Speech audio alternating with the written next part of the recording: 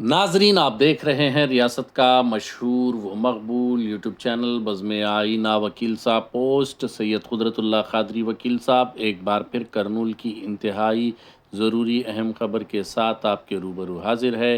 ख़बर यह है कि आज करनूल के कदीम शहर में वाक़ फ्रूट मार्केट सर्किल के पास जो मुजस्सिमा है वहाँ पर CPM पार्टी की जानिब से एक अज़ीमुश्शान एहतजाज CPM पार्टी की जानिब से मुनक़िद किया गया। ये एहतजाज मुनक़िद करने का मकसद गैस सिलेंडर की कीमतों में इजाफ़ा था। इस मौके पर CPM पार्टी ने इस गैस सिलेंडर की कीमतों में इजाफ़े के ख़िलाफ़ जमकर नारेबाज़ी की और हुकूमत से मुतालबा किया कि हुकूमत फ़ौरी तौर पर गैस सिलेंडर को दोबारा बहाल करे यानी कम करे।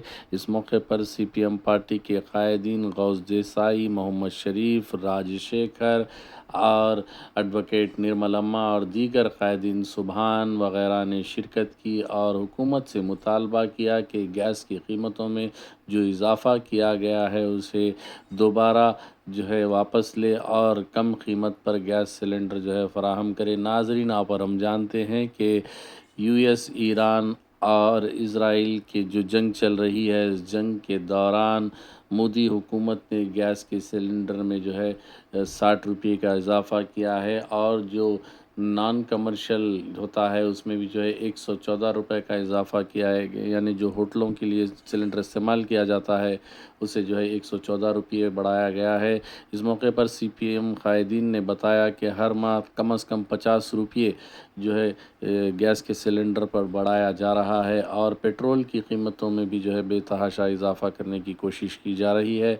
लिहाजा इससे आम आदमी के जेब पर ज़्यादा भार पड़ता है, वज़न पड़ता है जो ताब नहीं ला सकता और कीमतों में बहुत ज़्यादा इजाफ़ा होता है। कुल मिलाकर एक आम आदमी, एक मिडिल क्लास को काफ़ी नुकसान होता है, जिसकी वजह से एक आम ज़िंदगी जीने में काफ़ी दुश्वारी होती है, ऐसा कहना था CPM कायदीन का।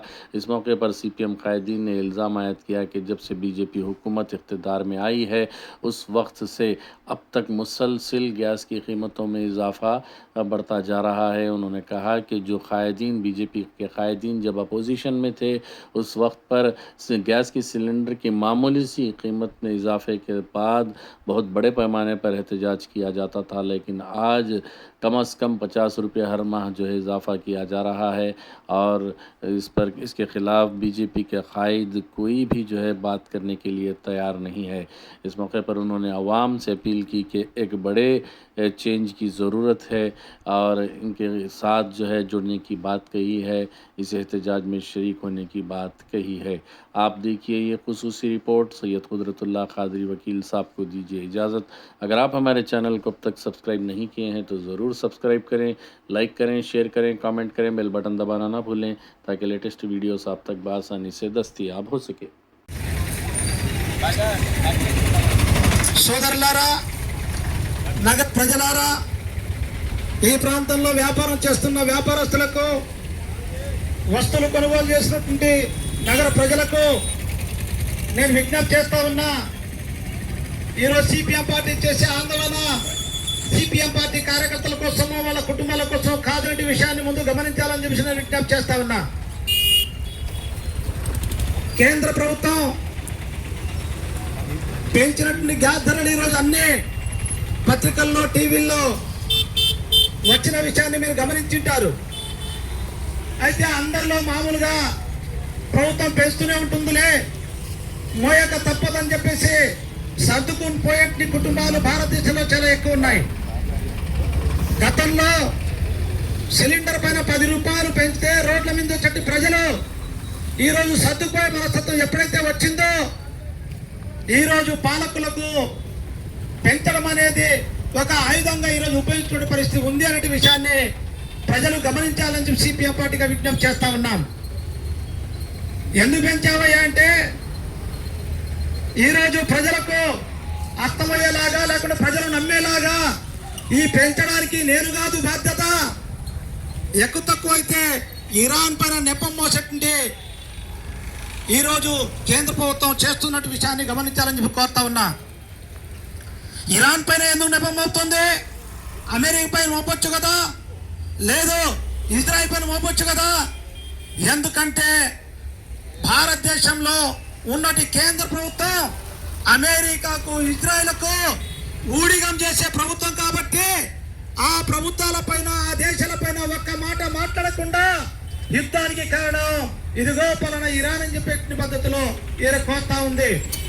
నేను చెప్తా ఉన్నా, యుద్ధంతో నిమిత్తం లేకుండా ఇప్పటికే కేంద్ర ప్రభుత్వం గ్యాస్ పైన దాదాపు 50% ఈరోజు అదనపు భారం వేసినటువంటి సంఘటన మనకు తెలుసు. వాస్తవంగా ధర ఎంత? ఈరోజు 500 రూపాయలకి సిలిండర్ వస్తుంది.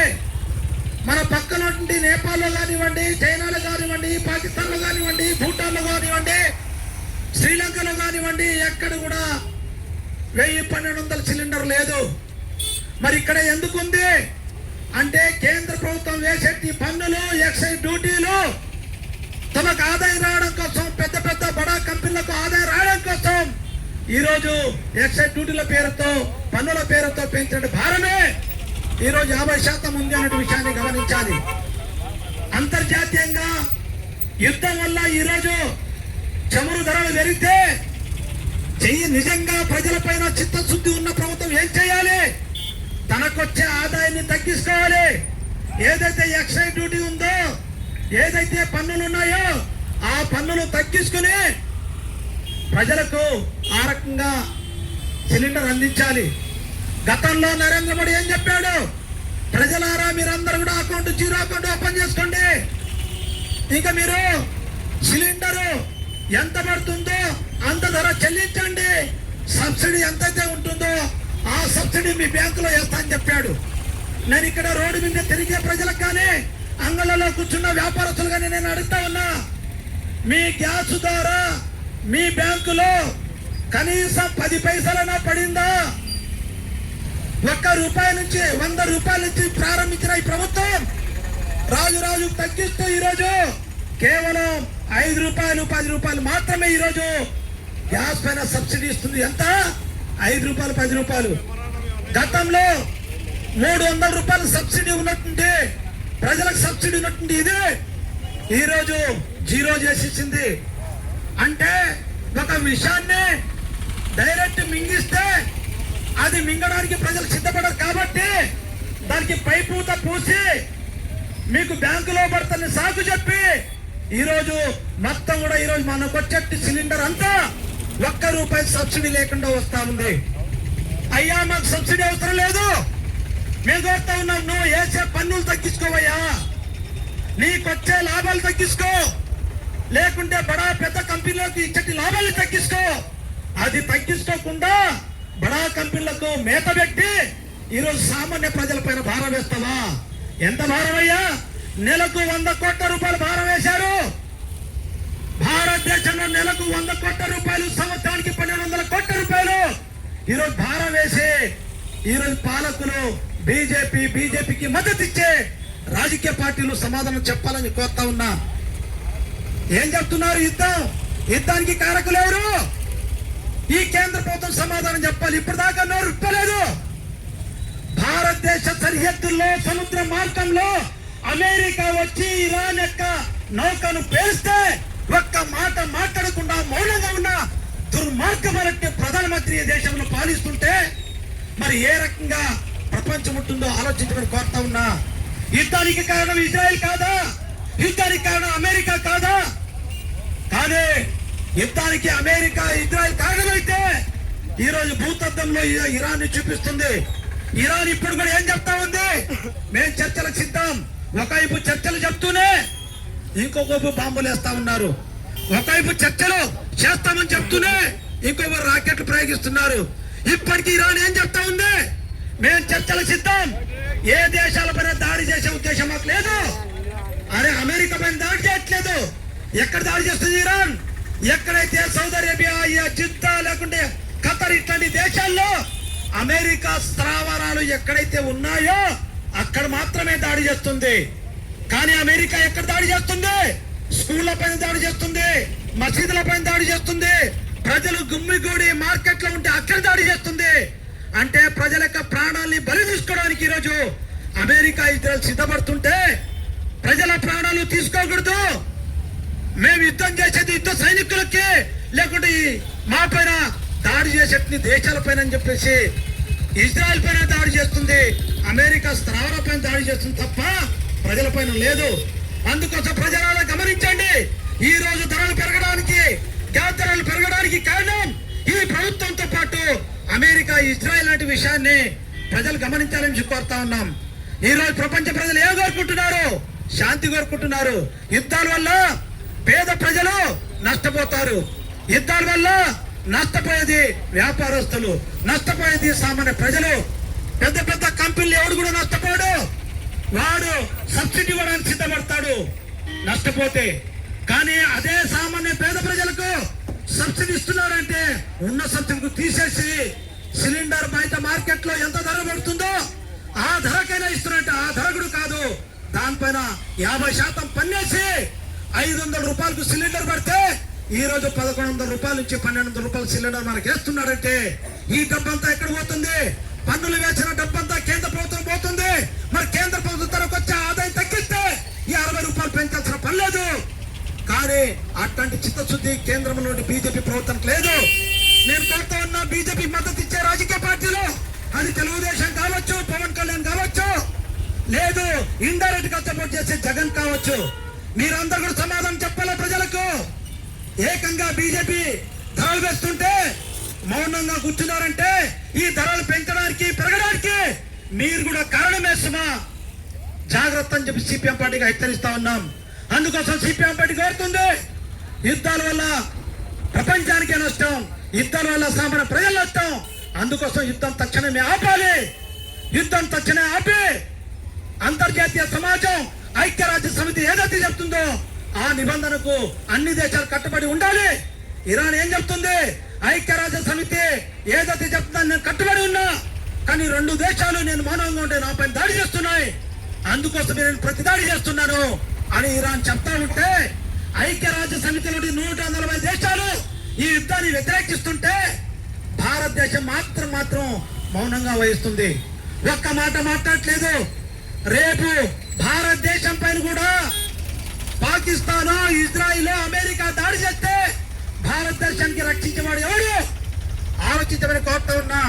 నిజమైన నీ మిత్రుడు ఇరాన్ దేశం. ఇరాన్ ఏం చేసింది గతంలో?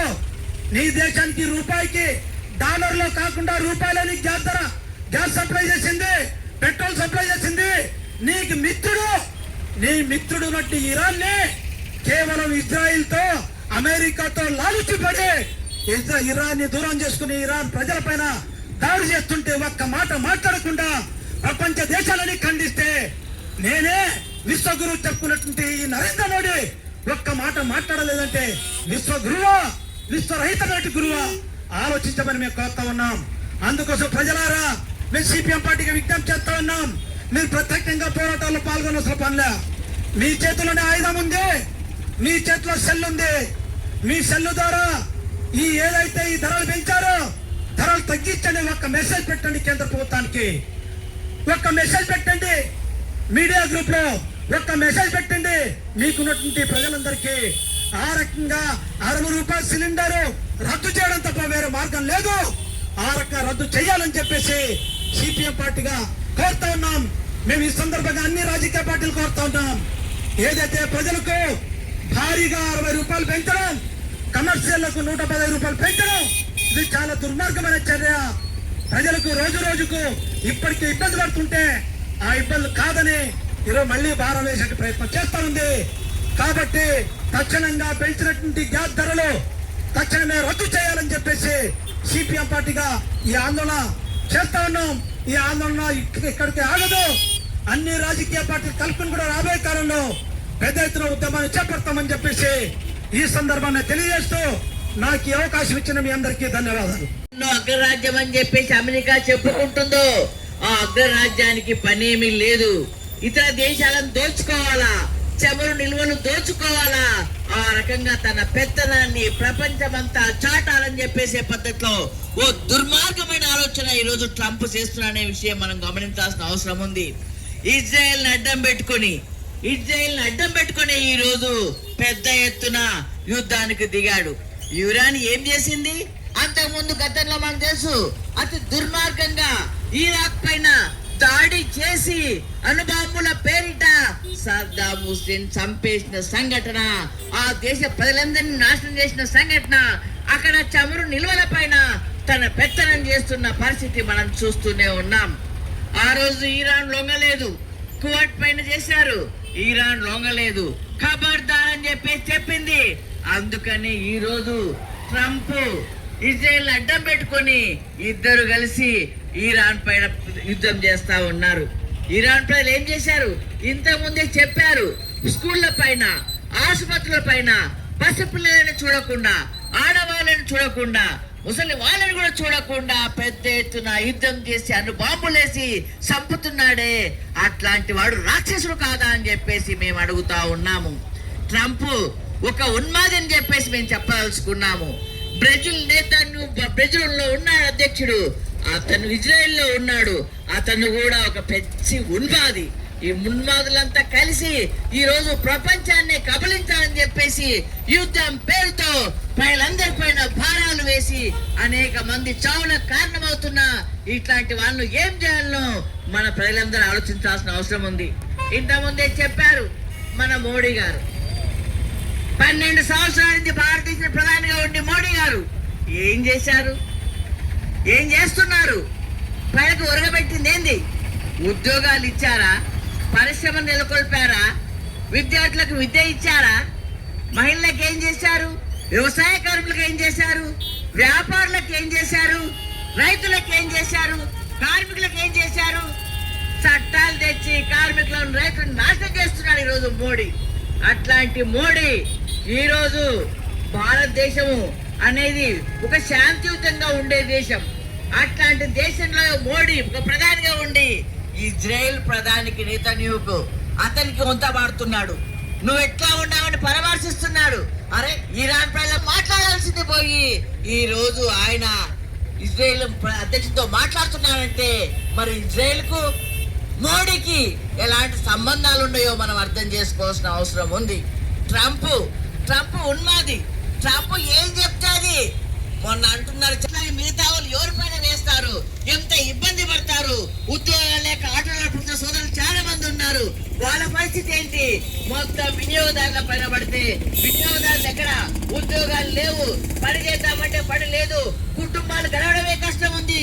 అలాంటి సమయంలో బరువు మీద బరువు పడితే ఏ రకంగా ప్రజలు ఉంటారనే విషయాన్ని అర్థం చేసుకోవాల్సిన అవసరం ఉంది.